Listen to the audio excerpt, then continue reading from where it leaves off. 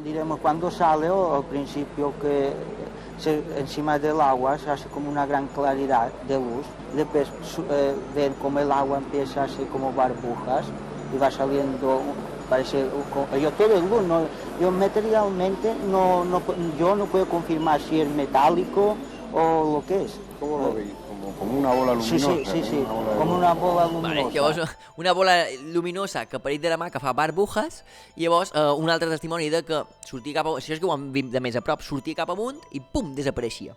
Llavors, què mos diu en Joan Coll? Sino que llegó un momento en que esas bolas naranjas paseaban por dentro de Sóller, o sea, por el Coll, ¿no? Varios automóviles pues las han visto, ¿no? O sea, no es una novedad en Sóller, que más que menos han visto. Que no és que en Joan Coll i en Pep Climent aquells dies anessin tocats una miqueta pels productes que estaven prenent.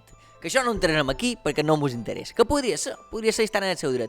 Però estem parlant de lo que diu en Joan és qui més qui menys en Sóller ha visto algo. I el graciós és que té molta raó, perquè això hi ha molta gent que ha vist coses. I a més, tot tipus de persones. A mi ho fa gràcia perquè hi ha gent que...